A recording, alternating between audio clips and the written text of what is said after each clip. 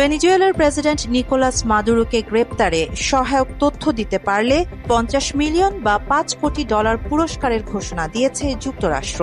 এই পুরস্কারের পরিমাণ আগে ঘোষিত পুরস্কারের তুলনায় দ্বিগুণ। যুক্তরাষ্ট্রের অভিযোগ, মাদুরো বিশ্বের অন্যতম বড় মাদক পাচারকারী। জানুয়ারিতে বিতর্কিত এক নির্বাচনের মাধ্যমে মাদুরো আবারও ক্ষমতায় ফেরেন।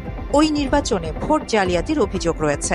আন্তর্জাতিক সম্প্রদায়ের একটা বড় অংশ এই নির্বাচনের ফল মেনে নেয়নি। মার্কিন প্রেসিডেন্ট ডোনাল্ড ট্রাম্প অনেকদিন ধরেই মাদুরোর সমালোচনা করে আসছেন। ট্রাম্পের প্রথম মেয়াদে যুক্তরাষ্ট্র সরকার মাদুরো সহ ভেনেজুয়েলার আরও কয়েকজন উচ্চপদস্থ কর্মকর্তার বিরুদ্ধে নানা অভিযোগ তুলেছিল। এসব অভিযোগের মধ্যে আছে মাদক সংশ্লিষ্ট সন্ত্রাসবাদ, দুর্নীতি ও মাদক পাচার। বৃহস্পতিবার যুক্তরাষ্ট্রের অ্যাটর্নি জেনারেল পাম বন্ডি বলেছেন, আগে ঘোষণা করা $2.50 কোটি পুরস্কার এখন দ্বিগুণ করা হবে। তার দাবি, মাদুরো সরাসরি মাদক পাচারের সঙ্গে জড়িত।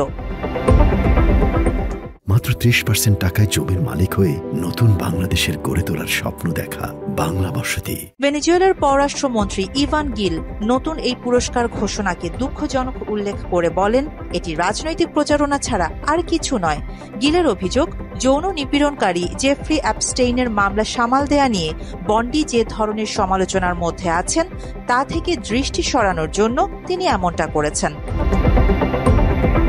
বৃহস্পতিবার সামাজিক যোগাযোগ মাধ্যম এক্সে পোস্ট করা এক ভিডিওতে পাম বন্ডি অভিযোগ করেন, মাদুরো ভেনেজুয়েলার অপরাধী চক্র ট্রেন দে আরাগুয়া এবং মেক্সিকো ভিত্তিক শক্তিশালী অপরাধী চক্র সিনালোয়া কার্টেলের মতো গোষ্ঠীগুলোর সঙ্গে সমন্বয় করেছেন।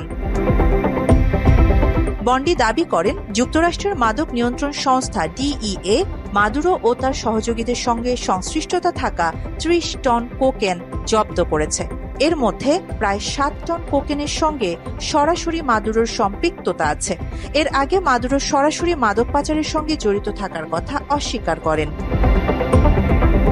মাদুরো এর আগেও মাদক পাচারে সরাসরি জড়িত থাকার মার্কিন দাবি প্রত্যাখ্যান করেছেন। ইউনাইটেড সোশ্যালিস্ট পার্টির নেতা মাদুরো 2013 সালে হুগো চ্যাভেজের স্থলাভিষিক্ত হন। তার বিরুদ্ধে ভেনেজুয়েলায় বিরোধী গোষ্ঠী ও ভিন্ন মতকে দমনের অভিযোগ আনা হয়েছে অনেকবার। চলতি বছরের শুরুতে মাদুরো ক্ষমতায় ফেরার পর যুক্তরাজ্য ও ইউরোপীয় ইউনিয়ন তার সরকারের উপর নিষেধাজ্ঞা আরোপ করে। আরিবা জাহান, বাংলা এডিশন।